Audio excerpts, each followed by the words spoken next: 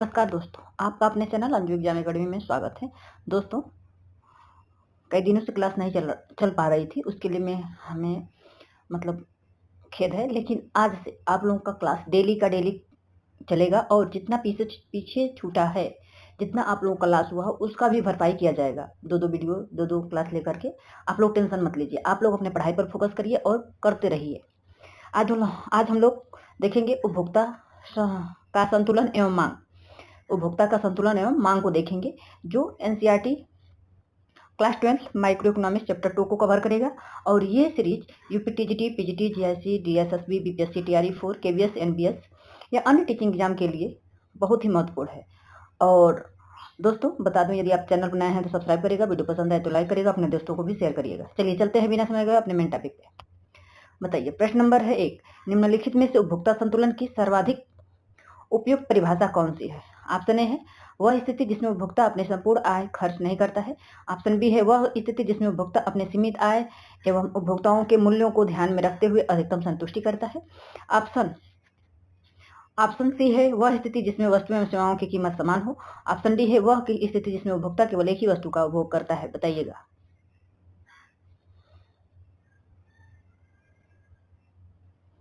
तो देखिए, प्रश्न के अनुसार सबसे सटीक उत्तर यह है कि वह स्थिति जिसमें उपभोक्ता अपने सीमित आय एवं उपभोक्ताओं के मूल्य को ध्यान में रखते हुए अधिकतम संतुष्टि को चाहता है। ऑप्शन बी सही होगा।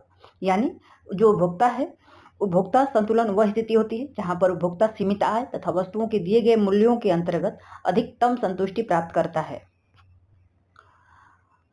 प्रश्न नंबर 2 है, निम्नलिखित कथनों पर विचार कीजिए। कथन 1 और कथन 2 है। कथन 1 बोल रहा है कार्डिनल यूटिलिटी एनालिसिस यानी गणनावाचक उपयोगिता विश्लेषण के अनुसार उपयोगिता को संख्यात्मक रूप में मापा जा सकता है। कथन 2 दिया है कार्डिनल यूटिलिटी थ्योरी। कार्डिनल का मतलब होता है गणनावाचक उपयोगिता सिद्धांत का प्रमुख प्रतिपादक मार्शल है।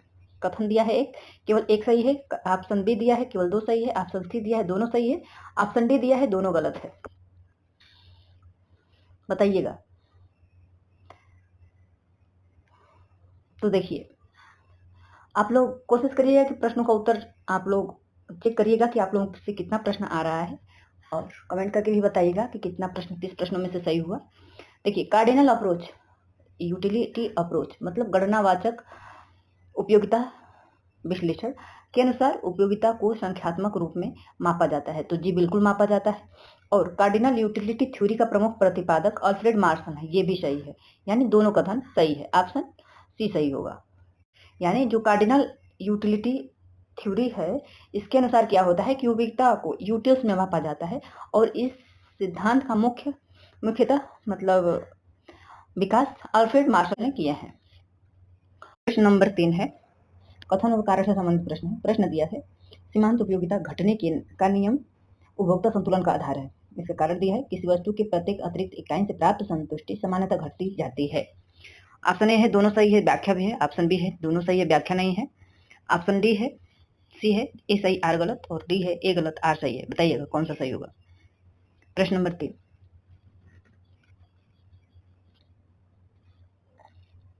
तो देखिए, सीमांत उपयोगिता घटना का नियम उपभोक्ता संतुलन का आधार है। तो जी बिल्कुल है।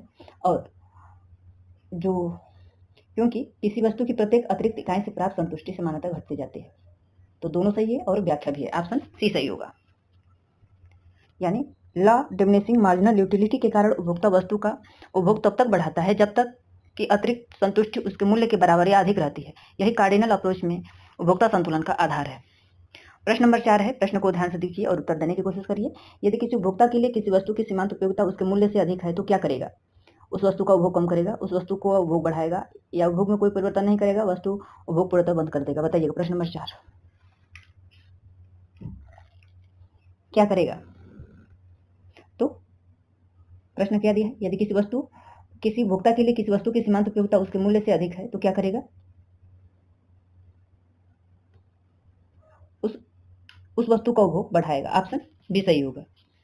यानी जब यमयू अधिक रहेगा प्राइस से तो उपभोक्ता को अतिरिक्त इकाई से अधिक संतुष्टि मिल रही है, इसलिए उस वस्तु का उपभोग बढ़ाएगा और यमयू बराबर प्राइस रहेगा या यमयू एक्स बटा में पी एक्स बराबर यमयू वाई बटा में पी वाई ही संतुलन की स्थिति प्राप्त न हो। प्रश्न नंबर 5 है, निम्नलिखित में से कार्डिनल यूटिलिटी थ्योरी की कौन सी मान्यता है? कार्डिनल जो यूटिलिटी का सिद्धांत है उसकी कौन सी मान्यता है बताइएगा। ऑप्शन ए है उपभोक्ता को मापा नहीं जा सकता है। ऑप्शन बी है उपभोक्ता की रुचियां सदैव बदलती रहती है। ऑप्शन सी है मुद्रा की सीमांत उपयोगिता स्थिर रहती है। उपभोक्ता सदैव तर्कहीन होता है। प्रश्न नंबर 5 का उत्तर कौन सा सही होगा?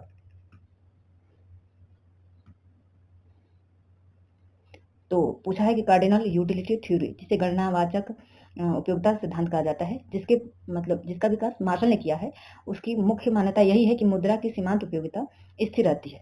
ऑप्शन सी सही होगा, मुद्रा की केवल।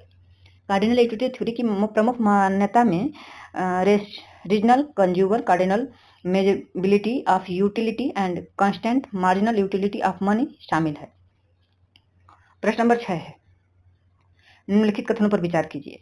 कार्डिनल यूटिलिटी थ्योरी के अनुसार उपभोक्ता संतुलन तब प्राप्त होता है जब MUX बटा में PX बराबर MUY बटा में PY बराबर MUM हो। इसका कथन दूसरा दिया है, यदि किसी वस्तु के लिए MU/P is greater then MUM हो तो उपभोक्ता उस वस्तु का उपभोग बढ़ाएगा। ऑप्शन ए है केवल ए सही है। ऑप्शन बी है केवल 2 सही है। ऑप्शन सी है केवल 1 और 2 दोनों सही है और व्याख्या भी है। ऑप्शन सी है डी है दोनों सही है, दोनों गलत है। प्रश्नों को ध्यान से देखिएगा। इसके बाद हम लोग यूनिट वाइज कंसेप्ट को क्लियर करेंगे और 3 से 4 क्लास है, इसको कंप्लीट करके हम लोग यूनिट वाइज प्रैक्टिस तो कर लिए। इसके बाद हम लोग कंसेप्ट वाली क्लास चलाएंगे, उसके बाद MCQ कराएंगे। बताइएगा प्रश्न नंबर 6, तो दोनों सही है और व्याख्या भी है, यानी कार्डिनल यूटिलिटी थ्योरी के अनुसार उपभोक्ता संतुलन तब प्राप्त होता है जब MUX बराबर MUX बटा में PX बराबर MUY बटा में PY बराबर MUM हो। ये तो सही है। और इसमें दिया है कि यदि किसी वस्तु के लिए MU/P is greater then MUM है तो उपभोक्ता उस वस्तु का उपभोग बढ़ाएगा। जी दोनों सही है और व्याख्या भी है। प्रश्न नंबर 7, निम्नलिखित में से कौन सा नियम लॉ गोशिन का सेकंड लॉ के नाम से जाना जाता है? Law of demand, law of diminishing marginal utility, law of equi marginal utility. Option D है लॉ ऑफ वेरिएबल प्रोपोर्शन। प्रश्न नंबर 7 बताइएगा। प्रश्न नंबर 7 का उत्तर कौन सा सही होगा? तो क्या होगा? लॉ ऑफ प्रश्न नंबर 7 का होगा law of equi marginal utility. Option C सही होगा। जो law of equi marginal utility को गॉसेन का सेकेंड लॉ कहा जाता है और law of diminishing marginal utility को गॉसेन का फर्स्ट लॉ कहा जाता है। ये दोनों प्रश्न मोस्ट इंपॉर्टेंट है, ये प्रश्न परीक्षा में आने योग्य हैं और आए भी हैं, ध्यान दीजिएगा। प्रश्न नंबर 8 है, कथन और कारण से संबंधित प्रश्न है। यदि किसी वस्तु की सीमांत उपयोगिता शून्य हो जाए तो कुल उपयोगिता अधिकतम होती है। इसका कारण दिया है कुल उपयोगिता सीमांत उपयोगिता का संचयी योग होता है। ऑप्शन दिया है ए दोनों सही है और व्याख्या है। ऑप्शन बी दिया है दोनों सही है व्याख्या नहीं है। ऑप्शन सी दिया है ए सही है और आर गलत है और ऑप्शन डी दिया है ए गलत और आर सही है। बताइएगा कौन सा उत्तर सही होगा? प्रश्न नंबर 8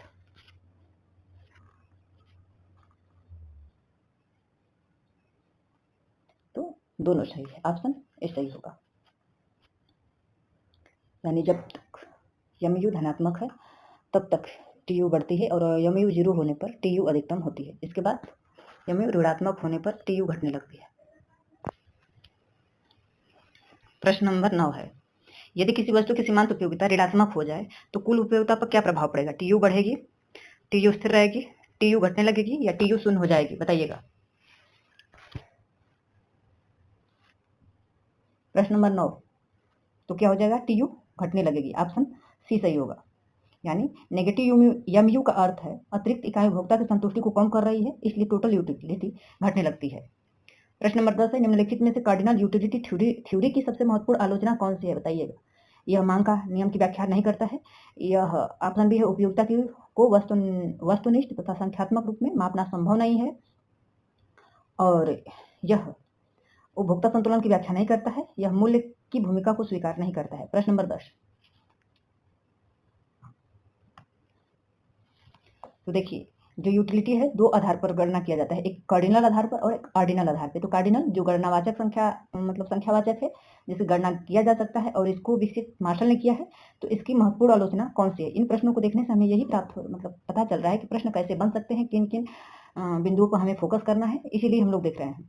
तो उपयोगिता को वस्तुनिष्ठ एवं संख्यात्मक रूप से मापना संभव नहीं है। ऑप्शन बी सही है। यही है जो आलोचना है, यानी जो कार्डिनल यूटिलिटी थ्योरी की सबसे बड़ी आलोचना यही है कि उपयोगिता एक मानसिक अनुभूति है जिसे यूटिल्स में वस्तुनिष्ठ रूप में मापना संभव नहीं है। यही कारण है कि बाद में ऑर्डिनल यूटिलिटी थ्योरी यानी हिग्स और एलन का विकास हुआ, मतलब ऑर्डिनल यूटिलिटी थ्योरी का विकास हुआ जिसको हिग्स और एलन ने विकसित किया था। प्रश्न नंबर 11 कथन एक है, ऑर्डिनल यूटिलिटी थ्योरी के अनुसार उपभोक्ता केवल विभिन्न वस्तु समूहों को क्रम में दे सकता है। कथन दूसरा है, ऑर्डिनल यूटिलिटी थ्योरी के में उपयोगिता को यूटिल्स में मापा जाता है। बताइए कथन एक सही है, कथन दो सही है, बताइएगा। ऑप्शन ए है केवल एक सही है, ऑप्शन बी है केवल दो सही है, ऑप्शन सी है दोनों सही है, ऑप्शन डी है दोनों गलत है। बताइएगा। प्रश्न नंबर 11 तो देखिए, ऑर्डिनल यूटिलिटी थ्योरी के अनुसार उपभोक्ता केवल विभिन्न वस्तुओं के वस्तु समूहों को क्रम में दे सकता है, तो कथन एक सही है।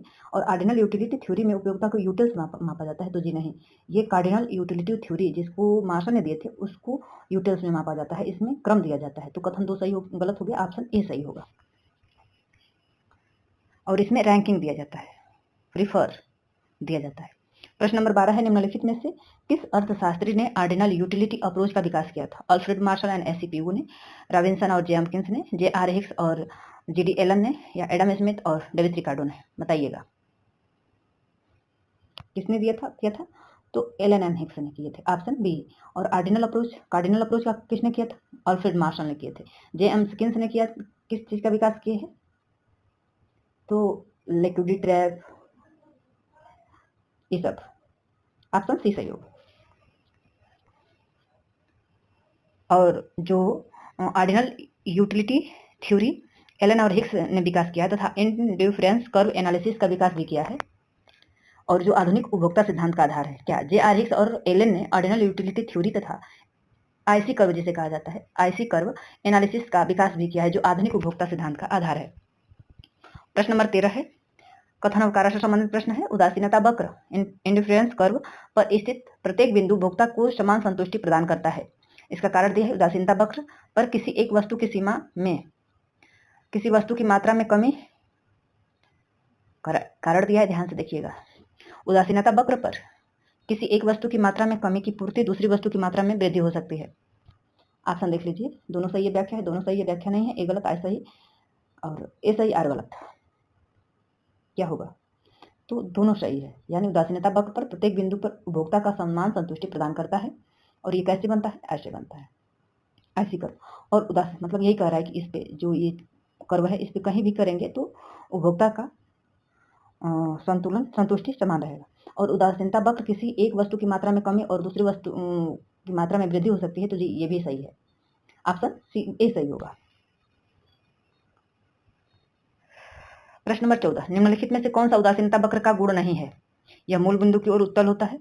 दो उदासीनता वक्र एक दूसरे को प्रतिच्छेदित कर सकते हैं। ऑप्शन सी है उच्चतर उदासीनता वक्र अधिकतम संतुष्टि को दर्शाता है। ऑप्शन डी है यह ऋणात्मक ढाल को होती है। प्रश्न नंबर 14, तो क्या होगा? दो उदासीनता वक्र एक दूसरे को प्रतिच्छेदित नहीं कर सकते, यानी जो उदासीनता वक्र होते हैं एक दूसरे को प्रतिच्छेदित नहीं कर सकते। और हाई जो ऊपर वाली आईसी कर्व होता है वो अधिक, जो ऊपर वाली आईसी कर्व है इससे संतुष्टि अधिक देगी और ये इससे अधिक संतुष्टि देगा। प्रश्न नंबर 15, यदि उपभोक्ता संतुलन उदासीनता वक्र विश्लेषण में प्राप्त होता है तो कौन सा शर्त आवश्यक है?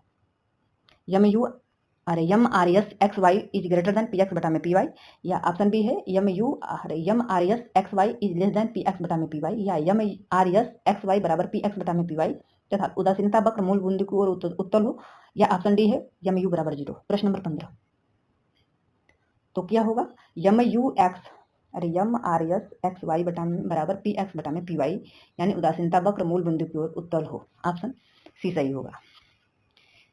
यानी इंडिफरेंस कर्व एनालिसिस में संतुलन के लिए दो शर्त आवश्यक है, एक M R S X Y बराबर पी एक्स बटा में पी वाई और दूसरा इंडिफरेंस कर्व मूल बिंदु की ओर उत्तल हो।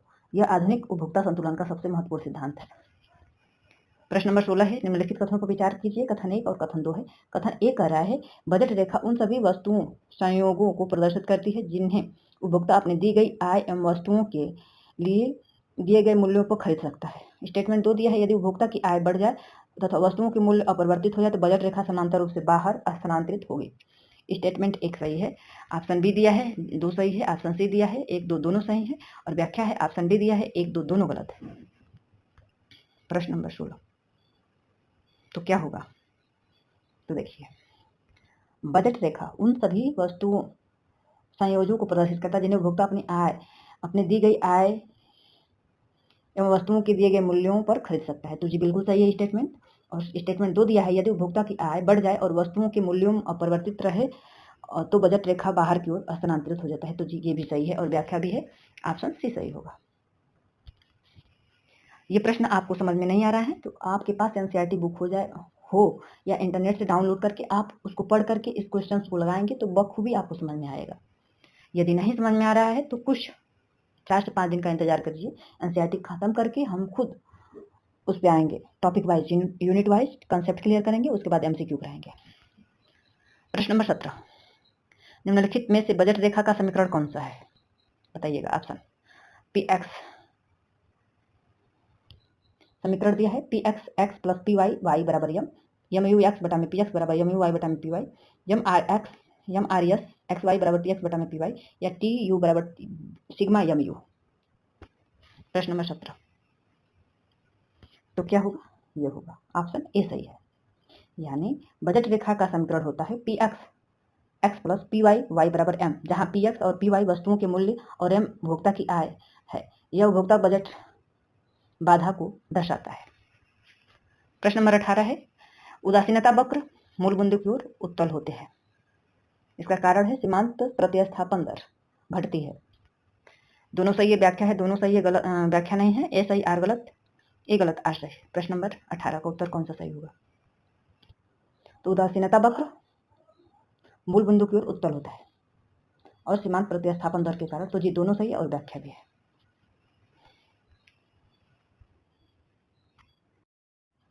प्रश्न नंबर 19 है, यदि किसी उपभोक्ता संतुलन बिंदु पर M R S X Y is greater than P X बटा में पी वाई हो तो उपभोक्ता क्या करेगा?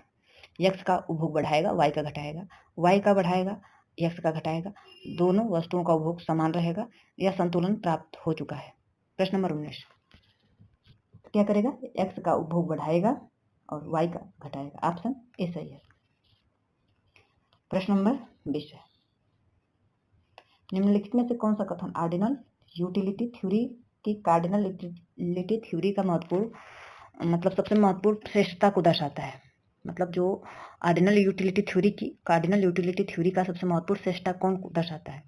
यह उपयोगिता की यूटिल्स में मापती है, यह मुद्राओं की सीमांत उपयोगिता स्थिर रखती है, यह उपभोक्ता के संख्यात्मक मापन की आवश्यक समाप्त कर केवल प्रिफरेंस रैंकिंग आधार करता है, ऑप्शन डी है, यह केवल वस्तुओं का विशेषण तक सीमित है।